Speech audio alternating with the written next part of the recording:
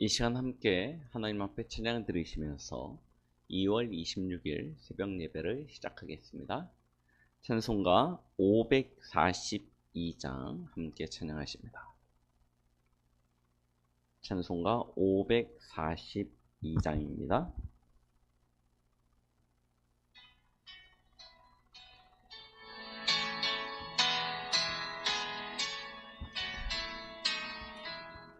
구주 예수 의지함이 심히 기쁜 이를세 영생 허락 받았으니 의심 아주 없도다.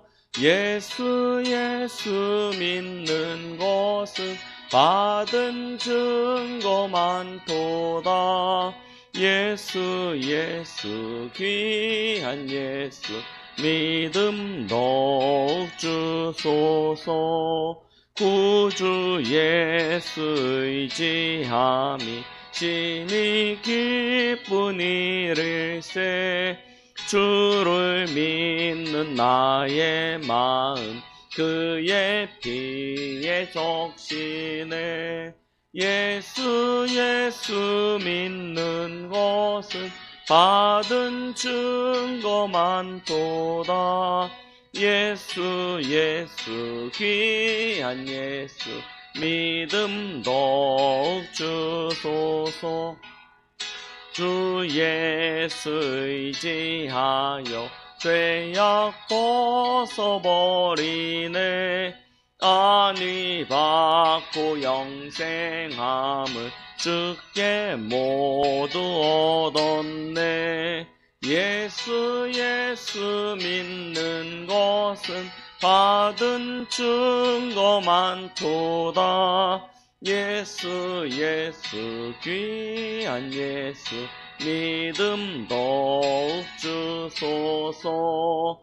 구주 예수 의지하여 구원함을 얻었네.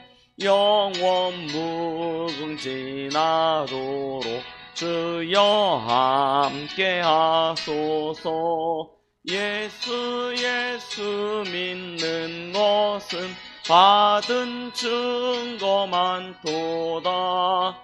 예수 귀한 예수 믿음 더욱 주소서. 아멘.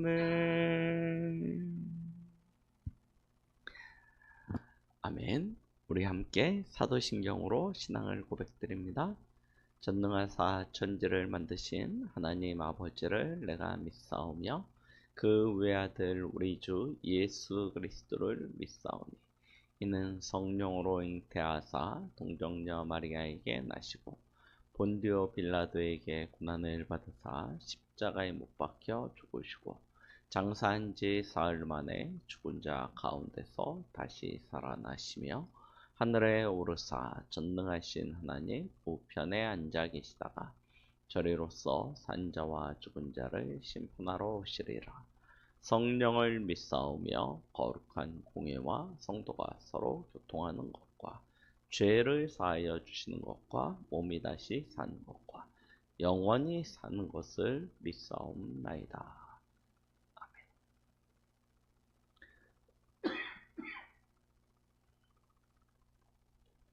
하나님의 말씀 보십니다. 사무엘상 3장 10절로 11절까지 말씀을 보시겠습니다. 사무엘상 3장 10절로 11절 말씀입니다. 같이 합독하십니다. 여호와께서 임하여서서 전과 같이 사무엘아 사무엘아 부르시는지라.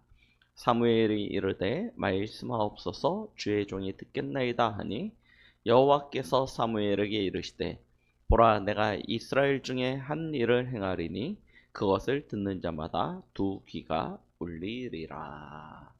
아멘. 할렐루야. 하나님의 은혜와 사랑이 오늘도 여러분들의 모든 삶, 그 일, 현장 속에 넘치도록 함께 하실 줄 믿습니다.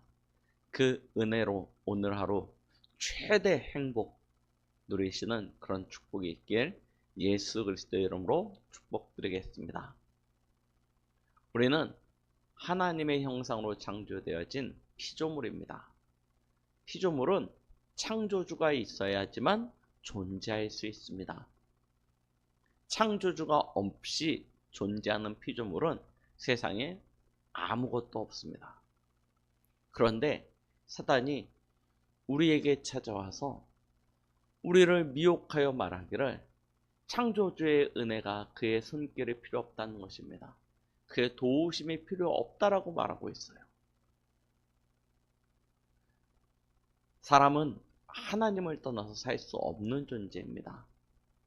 하나님은 사람을 창조하실 때 하나님의 형상으로 하나님과 같은 영적인 존재로 하나님 안에서 살아가는 존재로 창조하셨습니다.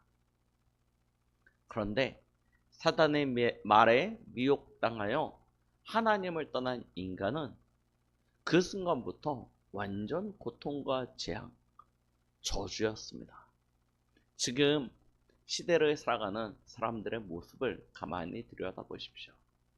우리 주위에서 일어나고 있는 그 모든 사건과 일들을 쳐다보십시오. 사람이 사람답게 산다는 것이 과연 무엇인지 우리는 생각해 볼 그런 필요가 있습니다. 너무나 사람들이 사람으로서의 모습을 다 잃어버리고 완전 짐승처럼요, 동물처럼 그렇게 살아가고 있습니다. 더군다나 사람답지 못한데 하나님의 형상답다? 그거는요 불가능한 이야기겠죠. 사람은 육이 되었습니다. 자기를 사랑합니다. 돈을 사랑합니다. 하나님을 마음에 두기를 싫어합니다. 그래서 온통 생각하는 것이 악할 뿐이요 행동하는 것이 죄된 것밖에 없습니다. 그런 사람들의 모습이 지금 이 시대적 상황을 만들어냈습니다. 극단적 개인주의. 너무나 사람들은요 자기애가 강한, 그래서요 학교에 가면 선생님들이 이제 애들을 더 이상 교육하기를 포기하였습니다. 왜 그러냐? 다 자기중심이에요. 다 자기중심. 그걸 부모님들이 애들에게 교육시켰고 애들은 그래서요 나밖에 모르는 그 모습을 보면서 야, 참 선생님 하기 힘들겠구나. 어떤 단체를 이끌어간다는 것 힘들겠구나. 자기중심입니다. 그리고 완전 물질 중심입니다. 돈을 위해서라면 어떤 것도 희생할 수 있는, 어떤 것도 내어줄 수 있는, 포기할 수 있는 그런 시대가 되어졌습니다. 작은 이익 앞에 양심이고 무엇이고 다 필요 없습니다. 다 내팽개치고요. 그러고 살아갑니다. 그걸 지적질하고 그걸 뭐라고 이야기하면 오히려 거꾸로요. 그 화살과 돌이 그 지적하는 사람에게 날아오는 그런 시대가 되어져 버렸습니다. 무엇이 옳은 것인지 무엇이 틀린 것인지 분별하지 못하는 시대. 완전히요. 세상이요. 극도로 타락한 시대가 되어져 버렸습니다. 성공만 하면 된대요. 수단과 방법을 가리지 않고 성공만 하면 너의 인생이 찬란하게 빛날 것이라고 가르쳐주는 시대가 되어졌습니다. 그런데 진짜 그렇습니까? 진짜 성공하면 됩니까? 진짜 돈 많으면 인생이 행복해집니까? 행복과 편리한 것은 다른 것입니다. 행복과 편안한 것은 다른 것입니다. 우리가 편안한 집에서 살 수 있지만 그것으로 행복을 살 수는 없습니다.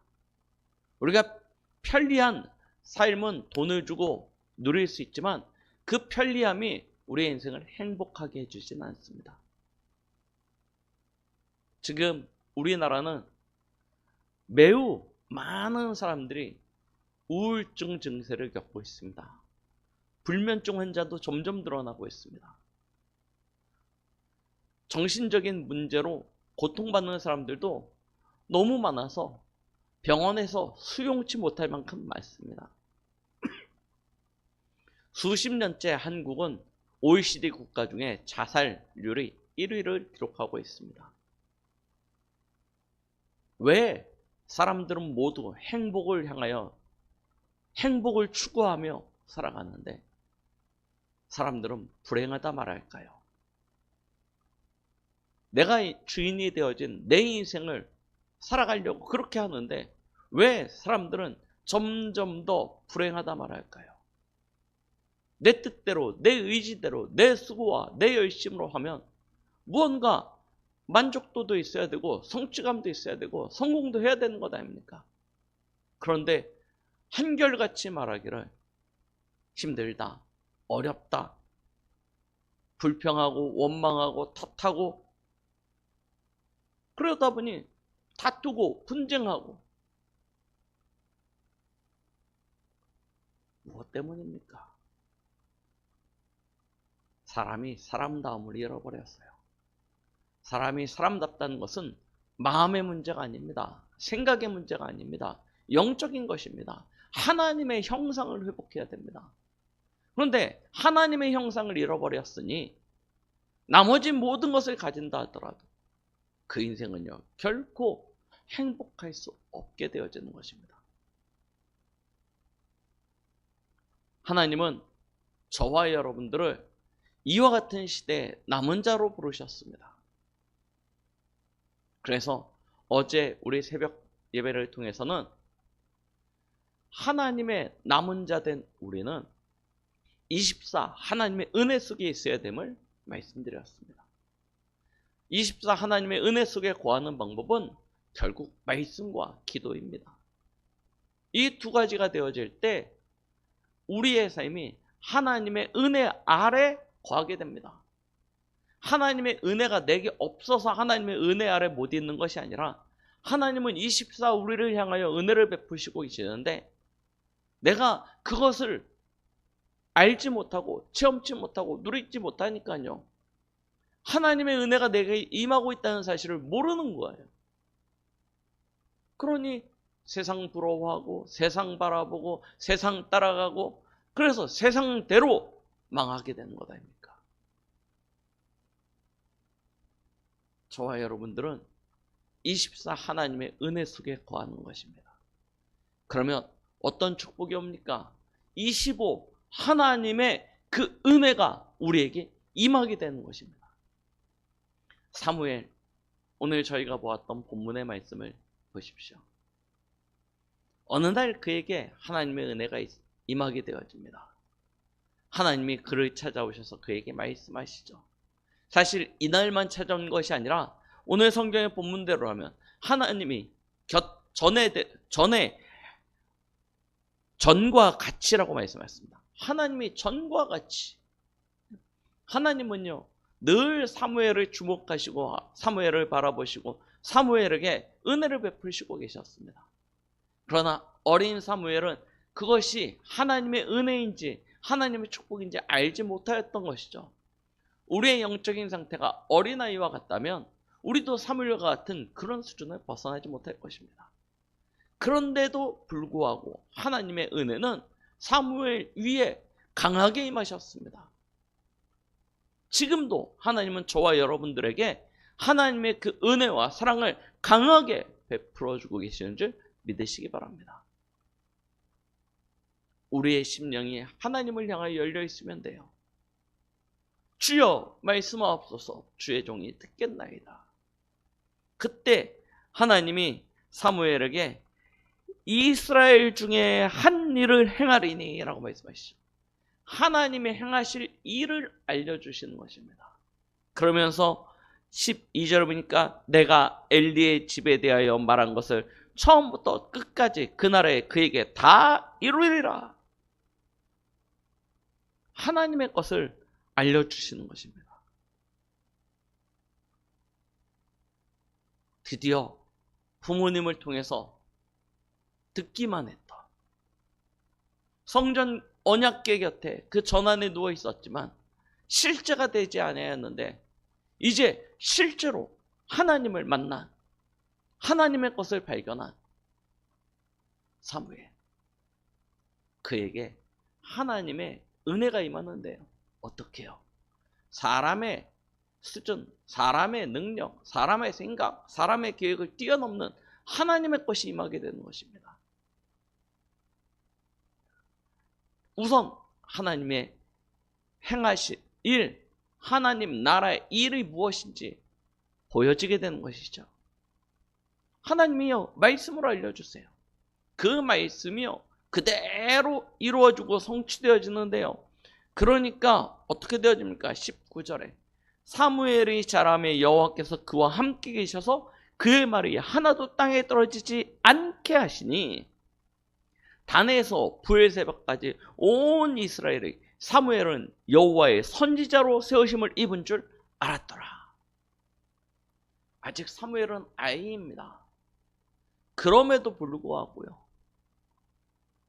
사람의 것, 세상의 것, 저 사단의 것을 뛰어넘는 하나님의 것이 임하니까요, 사람들이 모두 사무엘을 선지자로 인정하게 되는 것입니다. 우리가 진짜 하나님과 함께하는 24의 이 축복을 누리게 되어지면 하나님은 저와 여러분들에게 사람의 것을 뛰어넘는 하나님의 것으로 역사하신다는 사실을 확인하시고 나의 삶에, 나의 영혼 속에 이것을 믿음으로 화합하시기 바랍니다. 하나님은 어제나 오늘이나 영원토록 동일하십니다.